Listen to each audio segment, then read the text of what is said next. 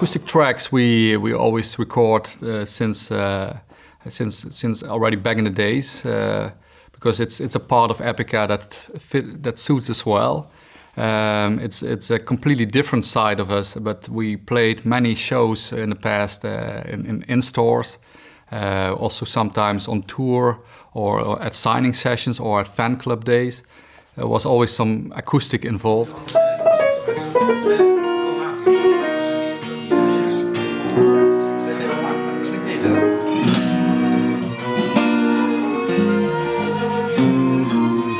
To make acoustic versions is, first of all, good fun, and secondly, it makes you, or it gives you an opportunity to find new ways of how to approach the same music. And for me personally, if I do an acoustic version, it would be really easy to take a sort of ballad and to make that into an acoustic version. But this time I wanted the metal songs to turn into acoustic songs.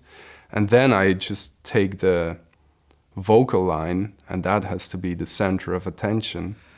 We just go into the studio and don't mind the details that much, because, you know, recording the full album is only focusing on details. Every bar, every note has to be right. But with this acoustic tracks, we just want to have fun, and also that you can hear that we were having fun.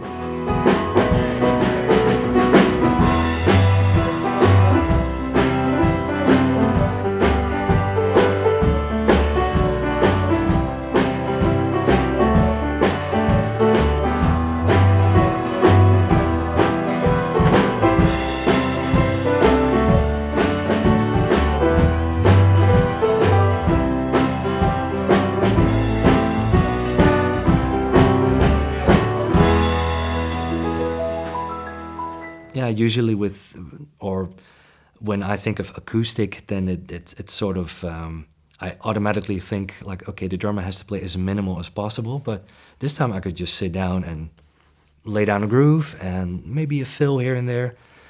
And nobody told me I was overplaying or whatsoever, so it was cool. I could just be myself, and yeah, it worked out really fun and worked out really well. I mean, recording in general is a pretty clinical process, and this is really cool because you have to do everything in one take. You have to do it as a band again, and it's what I really see as making music. So it felt really well.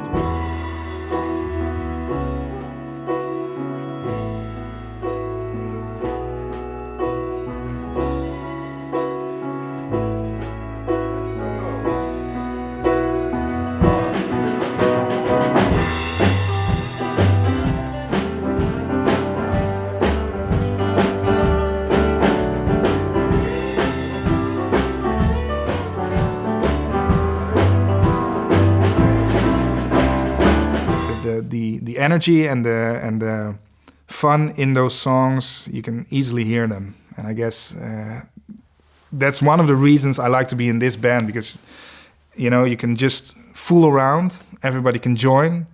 Arjen is a phenomenal metal drummer, but he can also do a easy Caribbean rhythm onto congas, and it still sounds fucking great.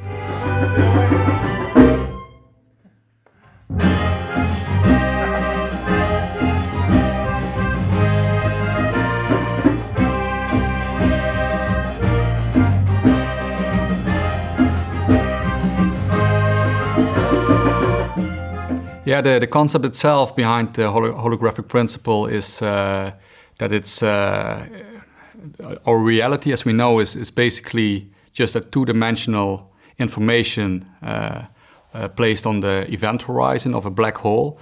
But that sounds a bit complicated, so I can better explain it in a way that everybody understands. And I thought about it. Well, how can I explain this the best way?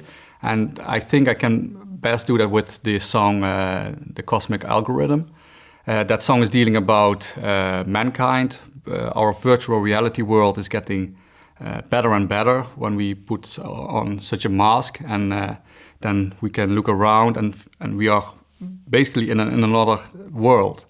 And if this development keeps going on like this, sooner or later there will be a moment you put on this mask and you find yourself in a world completely the same as this one, and you cannot notice the difference anymore.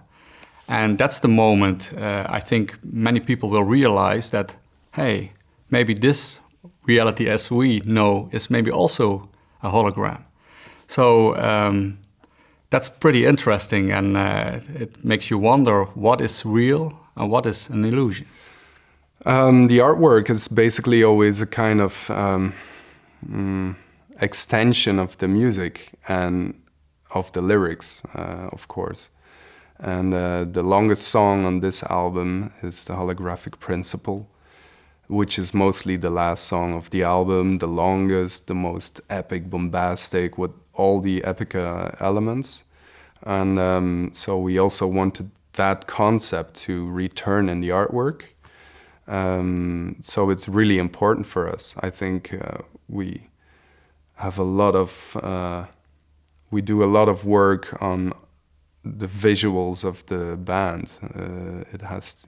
Our light engineer is always looking for new things, and it kind of has to be a whole experience other than we just gonna play the songs and that's it.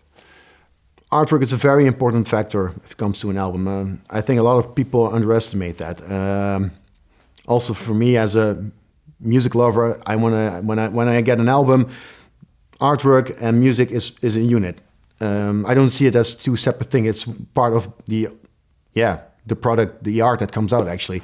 We work together with Stefan Heilemann again from Heilemania, because he just gets our vision, our taste. And Mark gave him a short story of what the record was about, and also some song titles and lyrics, so he could read into it. Together we create the cover. Of course, he makes it, and he is the actual artist. But there is a time that we think, oh no, this is going the wrong direction. And like Isaac is really good with Photoshop, so he made some examples how it should be, or what we think is maybe the right direction. And in the end, it was really just fine-tuning the last details. Yeah, I'm really happy because the Quantum Enigma cover is one of my favorites I've ever seen. So the bar is set very high. So to have another great cover is for me personally a great feeling that he delivered once again.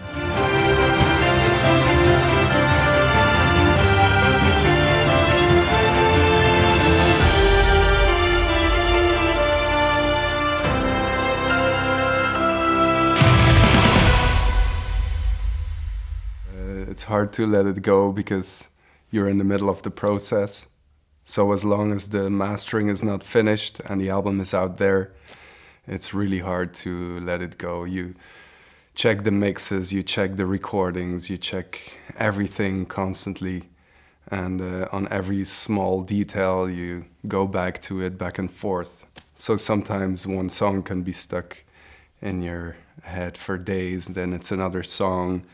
We recorded acoustic versions of songs, and then you forget about the real songs, and all you hear is the acoustic versions, and so there's always something going on, and it pretty much always has to do with Epica in my head.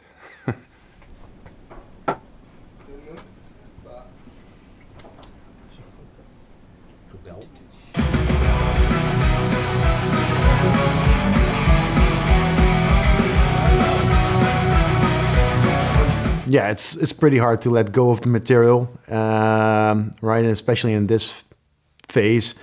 I guess the first time you can let go of the material is when you go on stage, actually, because that's when the songs come alive. And that's when you finally have to let go of it all. I think once you have the pressed CD in your hands, you can let it go. They're done. You cannot add stuff or change things, and that's good, because otherwise you would not release a record ever, I guess, or at least I would not release a record ever. Songs are never finished. I'm really confident that the fans will like it, and obviously you always have fans who think the first album is still the best, and I totally agree to a certain level. For me, Cowboys from Hell is also still Pantera's best album, or the first Rage Against the Machine, they never topped that. That was probably also because I was 16 and I heard that for the first time and I thought, what the hell is this? It's so cool. So whatever they do after that, it's still cool and it's good, even if production is twice as good. I like it, but you can never have that same feeling twice, I think. So that being said, I think if you're unknown to Epica, you definitely gonna like this. If you're already a fan, you might have your all-time favorite Epica album, and that's something we can change, and that's all right. The real success comes when you did the release show, and you can see like, wow, this is really working live, and you see that backdrop hanging over there with the artwork. You hear the intro coming out of the PA, and you get the goosebumps, then you know it's a success. But I must say about the new album, I'm really confident, mainly because the Quantum Enigma was received very well. And basically we have the same ingredients, so it's just a step up, and in my point of view. It's always hard to imagine how it's going to turn out, and now it's basically done, and I feel it is the best album, the most rich album we ever made. You know, the sounds are way better, the different atmospheres, the heavy parts are heavier, there are heavy beats in it we never used before, the soundscapes are soundscapier, you know, the orchestration is worked out way better, and it can only mean that if you liked our previous work, you would like this one as well. I'm also really happy with how I can do this with these people around me who all have the same goal and who all are really good musicians. And I think if you combine all these elements, I'm already really proud of what we've done, and I'm already really happy. So I have no idea where's the end of this career. And as long as it goes on like this, we can be just very thankful to our fans and to all the people around us who make this possible, because it's nowadays a big team working on it, and everybody in the team is as important. And without all of these people, we would be nowhere. The studio isn't my favorite place. The stage is my favorite place, and just traveling the world and playing in front of these people, that's why you do this, why you do it. For me, the Holographic Principle is already a success personally, because we're all very happy with how the songs turned out. We have recorded the biggest amount of songs ever before, with more details, bigger production, and I love the artwork and the songs. And I think that when you as a band already love your music yourself, you will radiate that on stage, during interviews, everywhere, and the fans will get infected with the Holographic Principle virus, I hope.